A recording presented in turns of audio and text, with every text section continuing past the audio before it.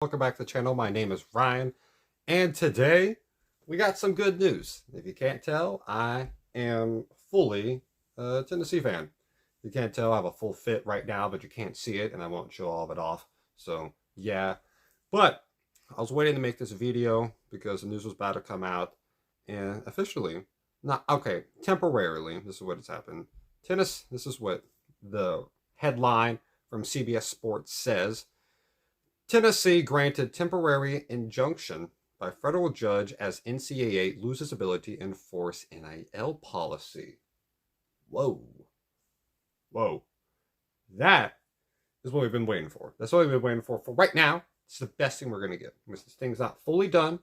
It's not fully out of it. But it's looking like a positive sign right now.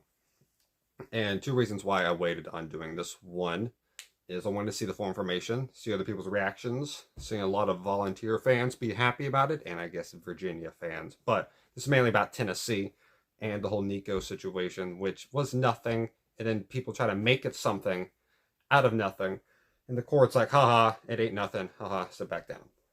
Second thing is, last time I recorded down here relating to this topic, I got like 1,000 views. It's the most popular video I have on my channel. So I'm trying to play my luck here and seeing if this will actually get those type of views. If it does, great. If not, I'm happy you're watching still.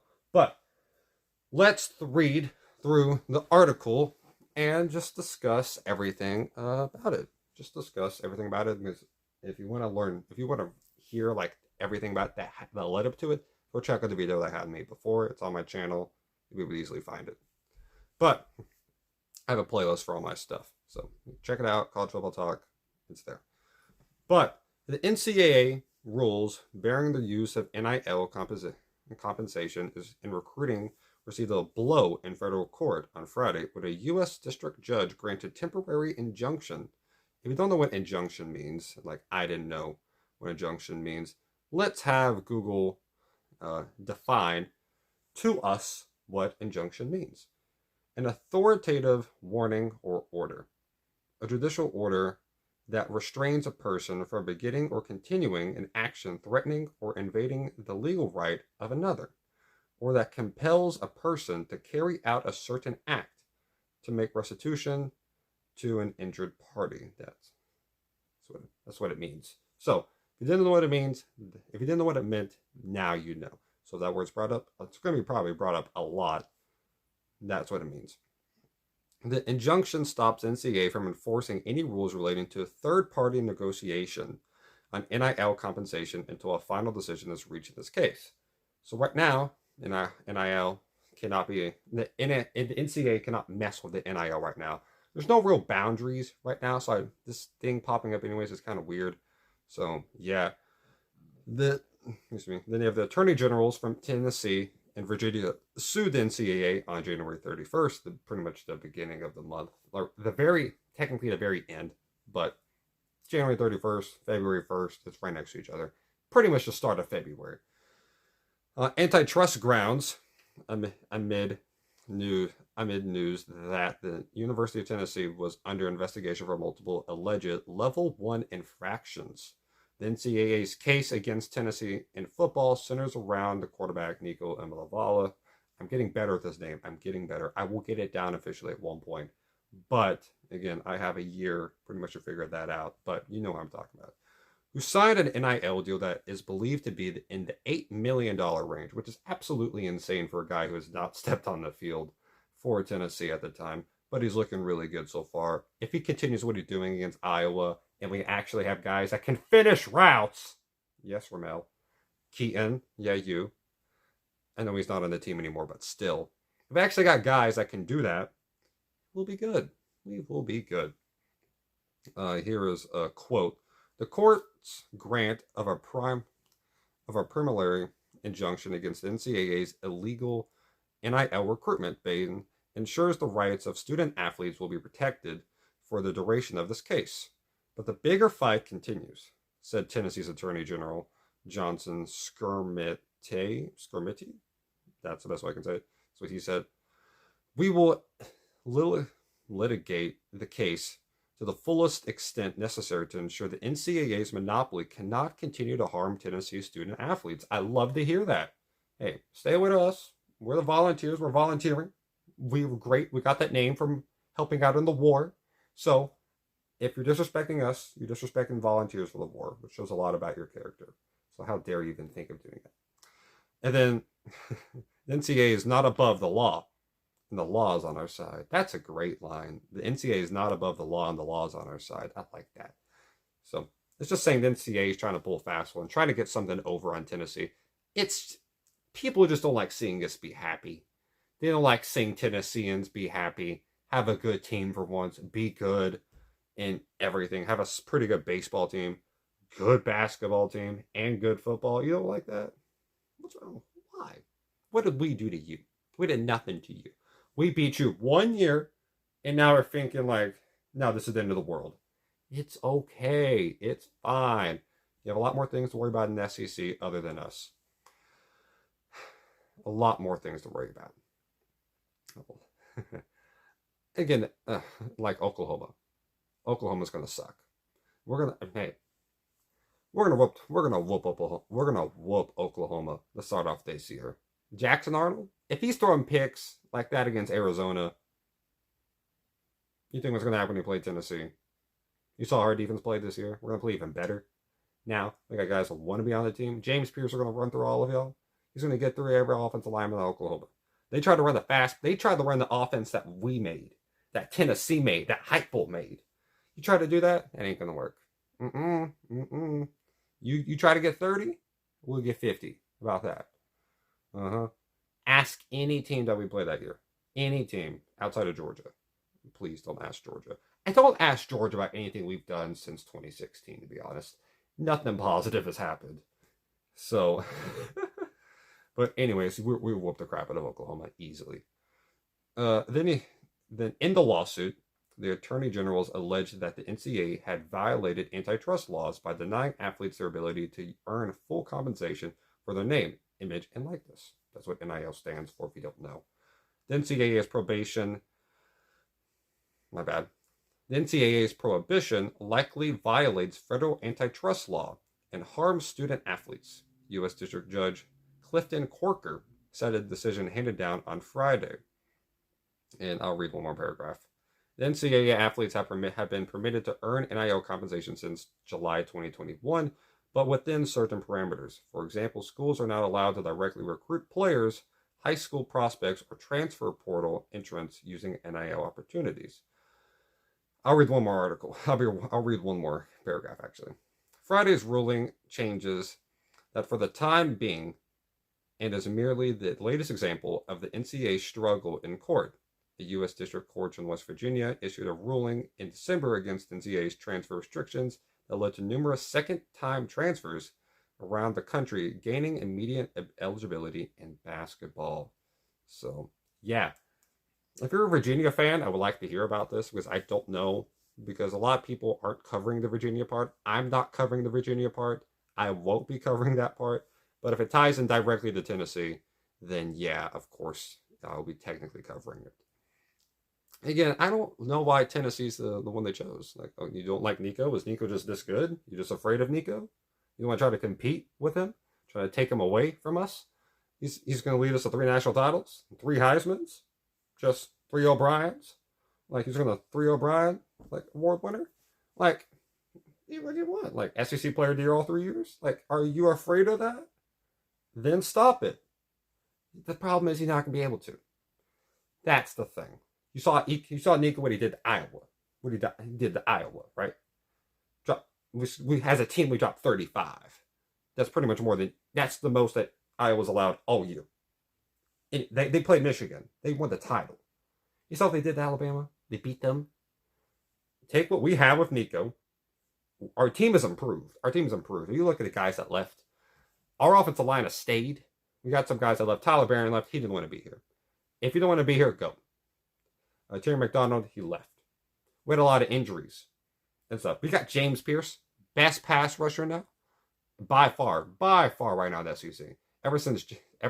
Whenever Dallas Turner left and Chris Brazzell left Alabama, it was without a doubt James Pierce, best pass rusher in the SEC. by far. If you want to, he had like 10 and a half sacks. Mm-hmm. We're going to be better. So we have a good offensive line. We got the guy from Notre Dame to be a tight end, the best tight end prospect in the transfer portal. You got Dylan Sampson, has the best agility out of anyone in the SEC at running back. It's the best spin move by far. If you've seen that, if you're questioning that, go ask a Kentucky fan. They were crying after every single spin move he gave to them, which were many times, especially with that last drive. If you want to see just a beautiful work, a man just carry a drive for a team, watch the drive in the fourth quarter that Dylan Sampson had against Kentucky. It was beautiful to watch. Our receiving core is good. Squirrel White. You got Bru McCoy coming back. Chaz Nimrod looks pretty good. And then you got this guy named Mike Matthews, 5-star true freshman. He looked good. He looked real good. And I think when offense player in the game in the Honolulu Bowl, where they had the one for the high school, whatever, the one in Hawaii, you know who won it the year before? Offensive player of the game? Nico. Nico did. Back-to-back years. I mean, we're pretty good at this. We got a good offense. And last year, Milton just was not meant for this. Was not meant for that. I did not like the play calling that we had fully. This year's going to be even better. You just saw a tip of the iceberg we did against Iowa. Just a little bit. Trying to figure out everything perfectly. Face one of the best defenses in the country. Offense dropped 28 points. That's more than any offense has scored against them all year. Pretty much. Just remember that. I'm sorry for teams like Oklahoma that don't play consistently good defense. Their defense slightly improved, but man, ain't much. It ain't much better than. It's nothing like what Tennessee. They ain't gonna be able to stop Tennessee's offense. That's what I'm gonna say. I don't care. You go down Norman. You're going down to Oklahoma. It ain't gonna be good for Tennessee, man. I mean, it can be good for Oklahoma, man. Tennessee's gonna run right through y'all. Right through y'all. Again, if you get 30, they'll get 50. Just how it's gonna work. We're gonna bring it back to 2020. We're gonna bring it back to 2022. Just how that was. And then you got a lot of other teams out there that think they're going to be good, but really aren't. And we're going to show y'all what it's like against NC State when they go play in Charlotte. NC State's supposed to be a pretty good team. They went like 9-3, 9-4 this year. We'll whoop them. It's going to be easy work. The crowd going to be filled with Tennessee. All orange and white. All orange and white. It's in Charlotte. It's in North Carolina. We're playing North Carolina State. More than half the crowd will be filled with orange and white. Guaranteed. Oklahoma, we're going to sing Rocky Top by the end of the third quarter. It's going to be like what we did against LSU. Everyone was singing Rocky Top at LSU on a 2 p.m. on a Saturday. It was beautiful. I'm not even going to fully discuss Georgia because Georgia has whooped us the past 18 years, ever since Jawan Jennings did what he did. And yeah, does that make up for 7 years of not being within 2 possessions of tying the game against them, of Georgia or whatever? We've lost by 14 points at bare minimum every game against Georgia since that catch. But it was a great way to win the last game that we've ever have against them. But yeah. I don't trust myself against Georgia, but Alabama? New coach? I mean, Josh Heupel's 1-0 at home against Alabama. He's undefeated. Never lost at home against Alabama. In Tennessee. Never has. You got a guy like Nico. I mean, we can remember what happened last time, you guys. I mean, Alabama played at Tennessee. Did it go well? You lost by 50. You led up 52. And Nick Saban team led up 52. What do you think Kalen DeBoer is going to do? If this offense is somewhat like that team was, they'll drop 50 again. They'll just drop 50 again. You don't have, where did Caleb Downs go? Up north. Kool-Aid McKinstry, draft. Dallas Turner, draft. Chris Braswell, draft. All them guys left. You ain't got the same team. Terrion Arnold, draft. They ain't the same team, man. They ain't gonna be as good. Kalen DeBoer is nowhere close as good a defensive coach as Nick Saban is. It will be not easy, but if we're talking about who would be a better quarterback in that game, I think Nico is already a better quarterback than Jalen Milroe. I mean, it took Jalen Murray like half the year to find himself in the pocket, find himself a little bit of a pocket presence. Nico was doing that in the first quarter. Think about whenever he gets into the season, he's going to be. There's a reason why that he is this high in the Heisman favorites. As his first year starter, he's like 4th or 5th. There's a reason for that. He's just that good. So if anyone wants to say, oh, Nico ain't the hype, he ain't all that, watch the tape, watch him play. He's better than y'all's quarterback, and it ain't close. It ain't close. Nico, number 1, baby. We're going to win this thing. NIL, NCAA is going against us. The media is going against us. SEC is going against us. But in the day, Rocky Top will be on top. And it's my home. It's oh, sweet home for me. Good, all Rocky Top. Whoa! Rocky Top, Tennessee. I know. Am I obnoxious? Probably. This is all probably going to backfire on me. Of course. But that's the life of a Tennessee fan. What's the fun of just having a normal opinion? What's the fun in that? No. I like going on a limb with my opinions. But in the day, we know my opinion's right. And in the day, we know we're going to beat Kentucky. I don't care if Nico plays with his left hand and doesn't have a right leg. He's still going to drop at least 30 on him. We want to get, we beat Kentucky with Jarrett Garantano. We could beat him with me at quarterback. I mean, what's the difference? So, yeah, that's what this is. That's my opinion about a lot of things, and not even related to this. It kind of went off topic. So, yeah, it's probably a longer video than I planned on it being, but it's okay. It's okay. So, yeah, put on in the comments your own opinions about this. And if you want to say anything about what I said, that's okay. That's okay. And by the way, we will beat Florida. I'm going to watch that game too live, so that'd be funny to say that. I'm not confident against Florida at all, but they always beat us. That's why them in Georgia, they always beat us no matter how. Like, Georgia's just demolished us. Bama, we always have confidence against them, and then it kind of just dwindles away. But this year, Nick Saban, we're going to win that, of course. But Florida, no matter how they are, they usually beat us. But this year, Nico going to beat them like 30. Going to finally blow them out. It'll be great to see. But yeah. Put down in the comments your own opinions and everything about this. And yeah, hope you have a great day. Stay safe, y'all. And remember, God bless y'all.